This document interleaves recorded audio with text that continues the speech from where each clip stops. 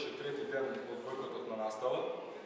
Бојкотот на настава веќе се спроведува цела недела во другите градови и втор ден е во Битола како се спроведува бојкотот на настава и планираме бојкотот на настава да продолжи се додека Министерството за образование и наука јавно не на повика на дебата да закаже средба и да дискутираме околу нашите барања кои што треба да бидат разгледани.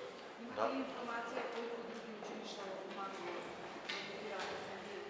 Да, освен гимназија Гоце Делчев бојкотираат и стручните училишта, значи техничкото, економското училиште и училиштето Керубис. Колку имате притисоци, дали воопшто имате притисоци и подршка од се? Значи во Куманово немаме забележено некоја поголема, немаме забележено некои поголеми притисоци како во другите градови.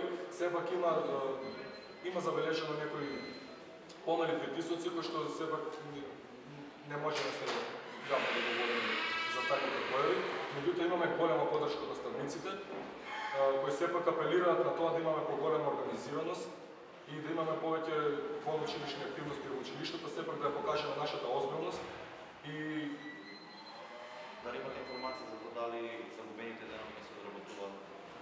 Вака немам информација дали ќе се одработуваат изгубените денови, затоа што таквата одлука може да ја донесе само Министерството за образование и наука, кој што воопшто не изнегува со своји ставови околу актуелната ситуација. Значи нема да никаков одговор на Министерството за тоа што го прави? Не. На што очекувате да постигнете со? Не. Значи, како што веќе споменав, очекуваме да бидеме повикани на дебата во Министерството за образование и наука, да бидат разгледани нашите барања и да дојде до некој компромис кој што ќе биде прифатлив и за нас како ученици и за Министерството како одговорна институција за образование. Во гимназијата веќе стигна нови списоци за матура, каде што математиката не е задолжителен предмет. Значи, таа нова реформа кината, зошто и понатаму продолжувате? Во соопштението кое што го прочитав сега стои дека математиката не е единствено барање на средношколскиот племен.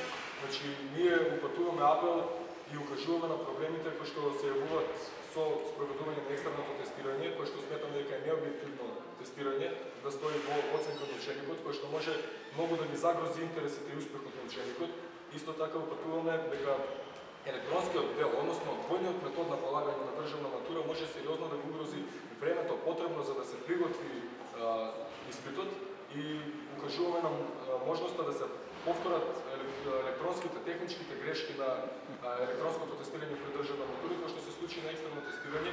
Многу ученици може да добијат многу ниски оценки баш поради тие технички проблеми, кои што сметаме дека не е доволно реализирано и анализирано до крај, не се разгледани сите можности докаде нашиот систем е подготвен да одговори на една таква промена.